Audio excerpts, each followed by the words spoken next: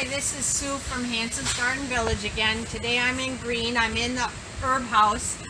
We usually have our herbs alphabetized, and right now we still have it mostly that way. They are some missing now this time of year, but we do have a good selection yet. We have basils. We don't just have your regular large leaf Genevieve basil. We have lime, cinnamon. This pesto perpetuo basil is a nice variegated. I like to use it in planters because it has a nice variegated leaf, and it does have a Genevieve type. We have cinnamon. The red basil is also used for contrasted planters. Basils like it drier, so if you have them in your containers, a nice drier spot in the container is better. We've got licorice basil. Most flowers on herbs should be cut off, but I have them in the greenhouse now so people can see. But a good time to prune them and get the flowers off so you keep having more growth on your plants. Aristotle is a bushier one. It's a nice little round clump. We have that basil. There's lemon basils. And again, the flowers should come off. We have just a few borage. Borage is a underused herb. It's got a prickly leaf, but a beautiful blue flower, and it's used to attract bees.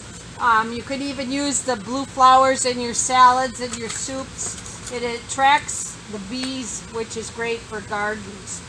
We're out of cilantro, so maybe you could reseed some in your garden and get some for a later crop. This is chervil, and it's used in French cooking, and it has a licorice anise flavor, and it looks like cilantro. A lot of people mistake it for cilantro, but it's used in sauces. You could put it in an omelet.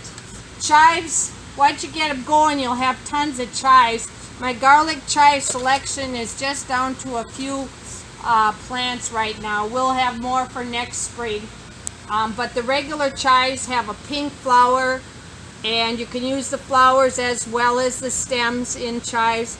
We do have the white flowers on the garlic chives. Then I have two herbs that aren't used that much, but we do carry them. Germander, which is used just like in rose gardens as a border. It's not an edible one, but it has a more of an ornamental edging plant. Then this is horehound. You could use it in teas, and it's related to the mint family. It's got the square stem like mints do, but horehound has a good flavor in your teas. You don't need a lot of it. Catnip, I'm reseeding some catnip, but my cat Smokey doesn't always like the catnip, but we found a plant that she had buried in the back of the greenhouse, so I got cuttings going. Lovage is a fun one. This is one that's hardy in your garden. It's a tall, celery-like perennial herb.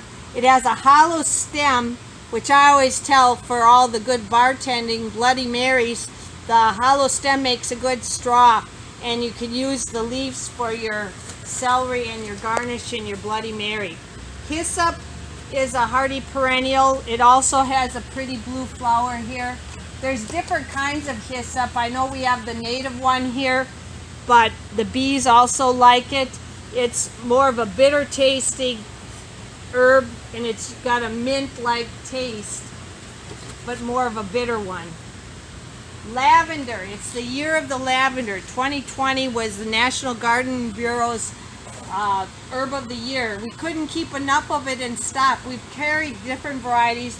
There is a perennial lavender, and I think they're low supply of that, but they keep regrowing that one. This one is a new one that we're carrying. It's not a hardy one, but it has your lavender blue flowers, but lavender is a good perennial to use in it. It likes dry. They're Mediterranean type plants. Citronella, but scented geraniums, you can use the flowers and in the cooking. Mints, we've got all kinds of mints here.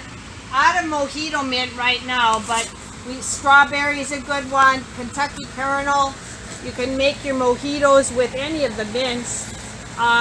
Then we have thymes. People like different types of thymes. Sorrel. We have the trellis, new basil. And then we have winter savory, summer savory, tarragon.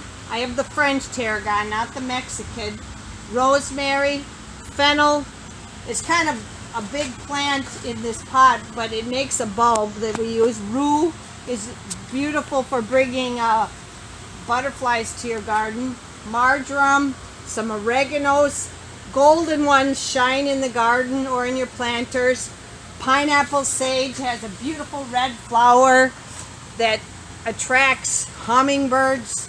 And you got the pineapple flavor on your sage. The other gray sages and colors. Santolina is just ornamental, using for edging. And stevia, everybody likes stevia to use as a sugar substitute.